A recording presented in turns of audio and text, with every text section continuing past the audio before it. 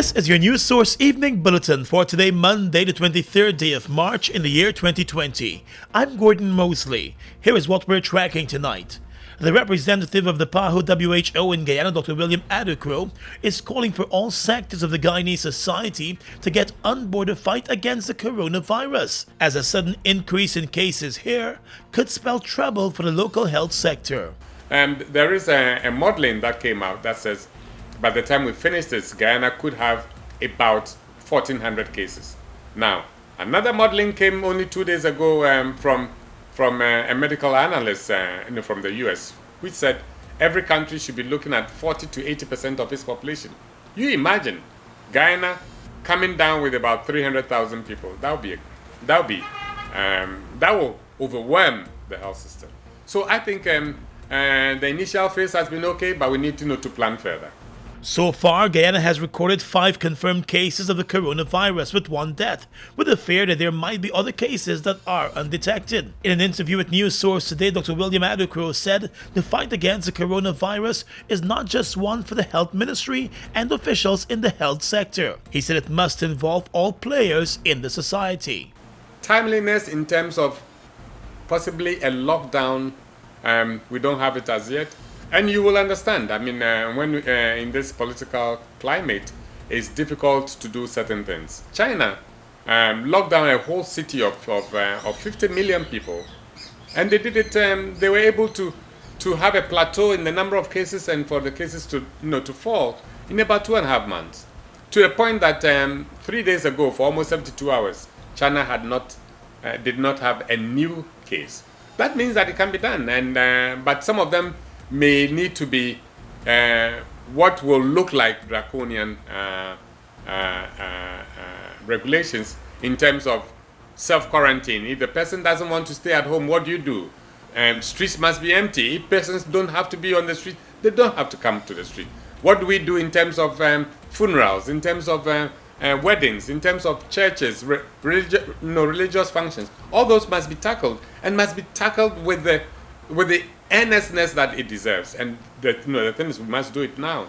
If we don't do it, we could be overwhelmed. The PAHO WHO representative also said the response has mainly come from the health sector, but there is need for a good strategic plan that will cater to the costs attached to addressing the fallout from the coronavirus. That plan from Guyana could be available by this Wednesday. In terms of health, I think the response has been good. But we need to bring it all together, and that is what is to happen once we have a strategic preparedness response plan. And with that one, it will tell us what activities, whether it's management and care, prevention, lab, health promotion, all that will have to be put into one big document, and that document will have all the major activities, and those activities will tell us where we are and where we want to go. So far, like I said, because we have a few numbers, we have only 5 cases with 1 death. That has been manageable, and I think there are a lot of plans in place to be able to quarantine at least about 200 people, which is a good plan. I think what will overwhelm us is if we suddenly had community spread that has massive numbers, then the system will be challenged. Although health officials have been warning citizens about social gatherings, this past weekend saw many persons still going about their lives as usual, with visits to the creek and hangout at bars in the city. The World Health Organization today reported that there has been an acceleration in the spread of the coronavirus globally. Many countries have instituted strict lockdown and quarantine rules to force citizens into social distancing. More news coming up in a moment. Parents and guardians, you are encouraged to tune in to the Guyana Learning Channel, Cable 29 or Channel 42 for daily educational and interactive learning sessions. The nursery program airs from 6 hours to 9 hours. Primary programs from 9 hours to 12 noon. We also air informative documentaries from 12 noon to 13 hours, and our secondary level programs are aired from 13 hours to 15 hours. Please continue to listen to our radio broadcasts. The interactive radio instruction for grades 1 to 3 daily on Voice of Guyana from 9 hours 30 to 10 hours for grade 1 pupils, from 10 hours 30 to 11 hours for grade 2s, and 13 hours to 13 hours 30 for grade 3 pupils. Please remember to tune in to benefit from these educational opportunities. A message from the Ministry of Education. GBTI is your Guyanese bank, a bank that understands every customer's unique needs, opportunities, challenges, and financial concerns. At GBTI, we see you for you. Whether you're buying a new home or car, planning your next vacation or retirement, saving for your child's future, or whether you're ready to take that bold step of investing in your dream business idea, we are with you every step of the way. We hear your stories and watch you focus on your dreams as we share your aspirations. We are more than just banking. We are a family. We are part of your community. Our commitment extends way beyond the walls of our branches and is demonstrated every day in the opportunities we provide to our individual and business customers. The support, time, and commitment we give back to communities across Guyana to help improve the lives of our Guyanese families. Because we see Guyana through your eyes. Fuel it up and drive, Super 95, tune up. Fuel it up and drive, Super 95, tune up. Protect your fuel system, boy. High mileage and performance, boy. Guyana's Super 95 gasoline gives you more reasons to drive and is available at 56 service stations nationwide. For affordable price, high performance, and high mileage, choose Guyana's Super 95 gasoline. Fuel it up and drive. Tired of long lines? Register with MyGTT at mygtt.co.gy. That's mygtt.co.gy to view and pay your bills from anywhere. Enter to win an Amazon gift card worth $25 or a bounty voucher worth 5,000 Guyana dollars when you sign up today. GTT, do more. The following is an important message from the Ministry of Public Health. You can prevent the spread of the COVID-19 virus. If you have the following symptoms: coughing, fever, or difficulty breathing, please stay home. If you don't have these symptoms, then practice social distancing. Avoid crowds. When in a group, keep a distance of at least 3 feet between yourself and other persons. Please wash your hands with soap regularly or use hand sanitizers. The Ministry of Public Health has a hotline to provide information on the coronavirus. Members of the public can call 227-4986 or 624-3067. Welcome back.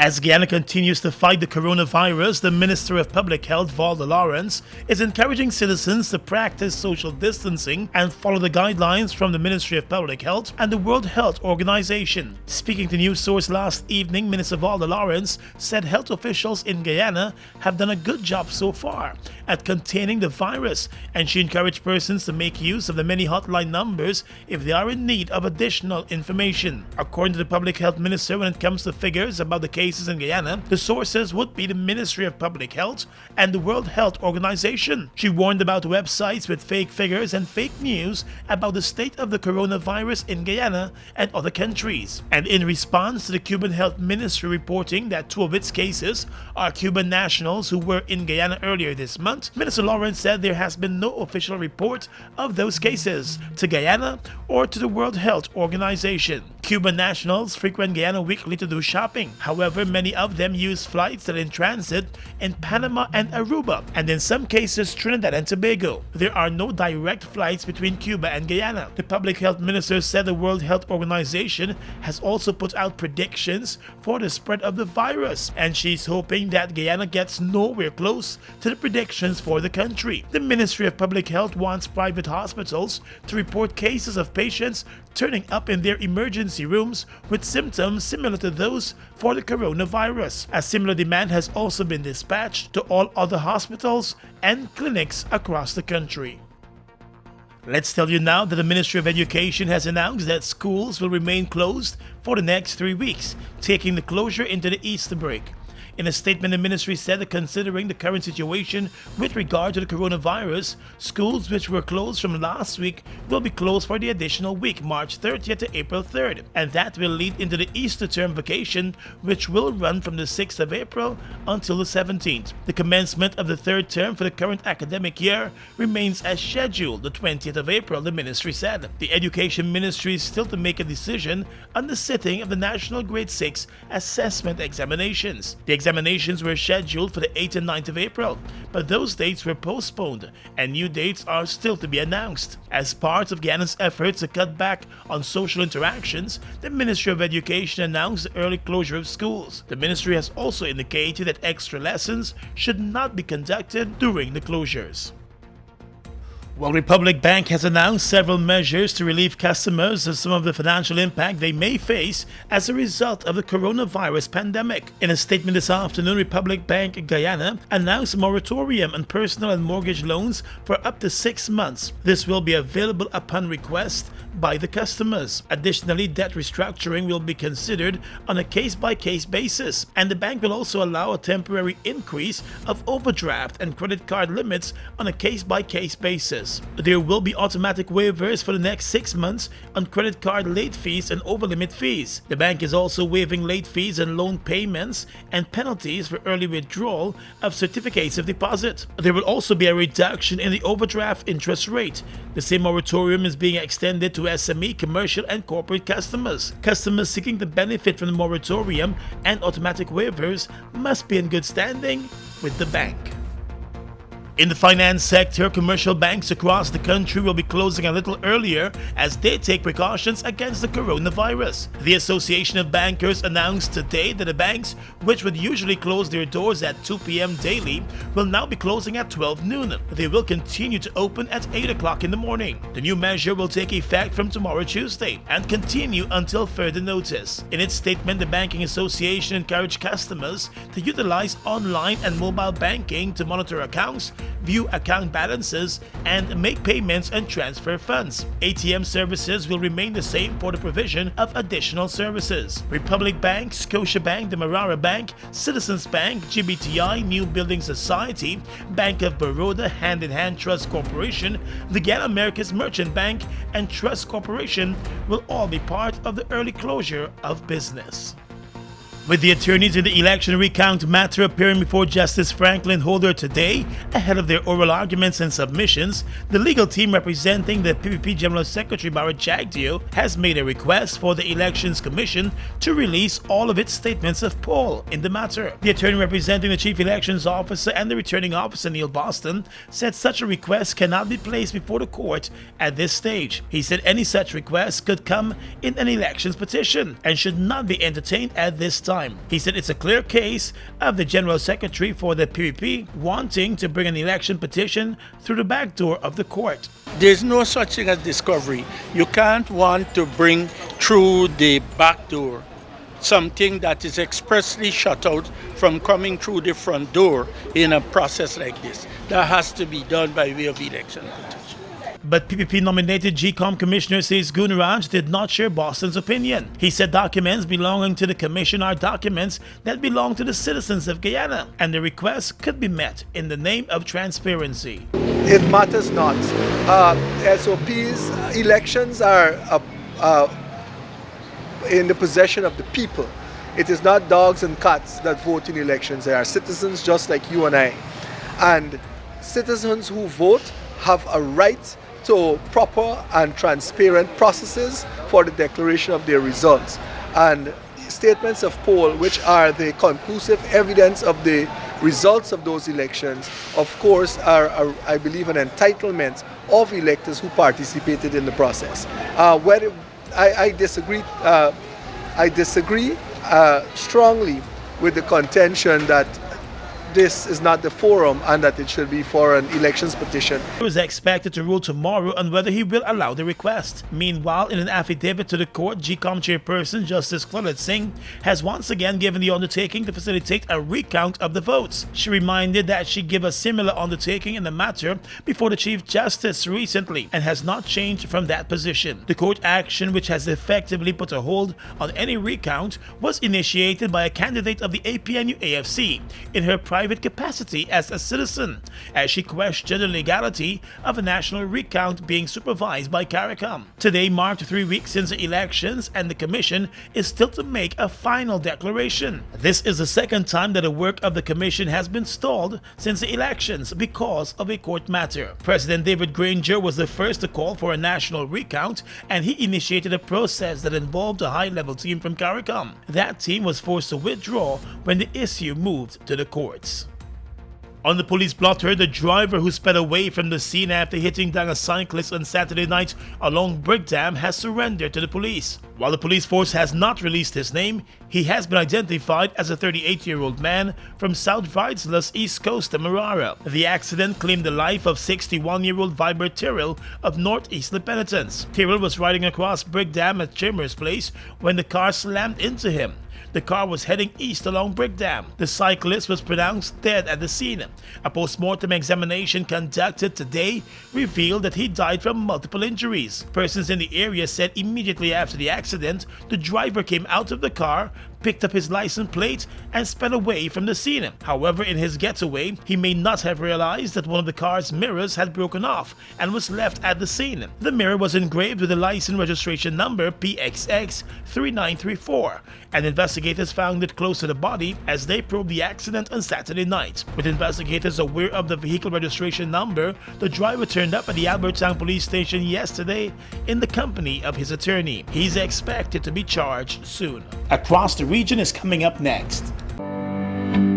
Wondering how you can access free learning materials for your children? Parents and guardians, please visit the Ministry of Education's website at www.education.gov.gy to access textbooks, past papers, and practice tests to keep your child engaged in continuous learning. When you have accessed the site, go to the Students tab, wait for a second, and choose the appropriate option. You now have access to the resources you need, all of which is free to download. You are encouraged to take advantage of this opportunity as we strive to provide the best education for the nation's children. A message from the Ministry of Education. They've made a positive impact on the heavy-duty transportation industry in Guyana since they've arrived. Guyanese are amazed at their power, durability, efficiency, and superior handling capabilities. These are brand new trucks, manufactured in partnership with German, Italian, and French companies. They have a powerful reputation for operating under very adverse Guyanese conditions and come with full after-sales service and spare parts. They're the most sought-after trucks today, with over 500 units in Guyana, and they're available in over 100 countries, including South America and the Caribbean. Be smart. Buy brand new ST Hoho Trucks today. Call 608-4998 and arrange for an inspection at ST Truck Guyana Incorporated, Block B, Public Road, Covenant, East Bank, Demerara. We are legions of men standing strong, but never too proud to stoop and help someone. We must send a clear signal to all. Do right. Walk in upright ways, knowing that's what being a man is all about. And ever aware that things will only get worse when good men do nothing. Stand strong. Be the one to live right. Falls, a trademark of China's Zhanghao Incorporated, located at Land of Cane in East Bank, Demerara, was incorporated in April of 2013, with over $10 billion Guyana dollars invested in a state-of-the-art 100,000-barrel fuel storage facility, a modern service station, an office complex, and a modern wharf that can berth international vessels. Having no association with any other fuel company, Falls imports its own fuel, which meets quality specifications, has all the legal permits, and is in compliance with international requirements. Its bulk facility can load 8 trucks simultaneously at a rate of 1,000 liters per minute, while the service station can service 12 cars at a time using computerized fuel pumps, which can facilitate the use of ATM cards. Through its professional team of mostly Guyanese, Falls wholesales and retails fuels to the public, including farmers and miners, and will continue to positively contribute to Guyana by providing quality products, service, and attractive prices. Try Falls today for all your fuel needs. Are you washing your hands correctly? Here are some tips on when and how to wash your hands. Step 1. Wet your hands with clean water. Step 2. Then apply soap. Step 3. For 10 to 15 seconds, lather your palms together. Always remember to pay attention to your fingers, especially your nails and tips. And don't forget the back and between your fingers. Step 4. Rinse hands with clean water for about 20 seconds. Step 5. Dry hands with a clean paper towel or tissue. But when should you wash your hands? After using the toilet, before and after eating, preparing or handling uncooked food, after playing with pets or caring for animals, after sneezing and coughing or blowing your nose, before and after changing babies or caring for others. Frequent hand washing or using a hand sanitizer with alcohol as an alternative will remove viruses and bacteria from your hands. A message from the Ministry of Public Health in collaboration with PAHO WHO. Across the region right now, we begin in Haiti, where the authorities there say that traders will face a fine and a 5-year jail term after police detained at least 3 of them for engaging in black market activities as a result of the coronavirus. The Ministry of Commerce said despite warning all traders that they are strictly forbidden to take advantage of the situation, many have engaged in illegal activities of increasing the price for their goods. The ministry said that the practice has serious consequences for the poorest families who find themselves deprived of the products essential to their subsistence due to the unjustified and abusive rise in the price of basic necessities. The ministry said that it wanted to remind traders that they will face up to 5 years in jail and a fine if they are convicted of any offense under the relevant law related to price gouging. Over in Jamaica, the Minister of Health, Dr. Christopher Tufted, has welcomed 140 healthcare professionals, including 90 specialist nurses from Cuba. They will help to bolster the country's frontline staff in the fight against the coronavirus. The team from Cuba, which was met by the minister on their arrival at the Norman Manley Airport, also includes 46 doctors and 3 therapists. According to the health minister, the entire team will be quarantined for 14 days, as is the protocol. He also credited the team from the Ministry of Health for exercising forward thinking and worked with the Cuban embassy to ensure that the medical team arrived in the island quickly. And finally tonight, international news, and still with the coronavirus. The World Health Organization has warned that the coronavirus disease pandemic is accelerating, with more than 300,000 cases now confirmed. It took 67 days from the first reported case of the coronavirus to reach 100,000 cases, 11 days for the second 100,000, and just 4 days for the third 100,000 cases. But the head of the WHO said it is still possible to change the trajectory. He urged countries to adopt rigorous testing and contact tracing strategies. He also expressed alarm at reports from around the world of large numbers of infections among health workers, which appeared to be the result of a shortage of adequate personal protective equipment. And that's your News Source Evening Bulletin for tonight. I'm Gordon Mosley, reporting.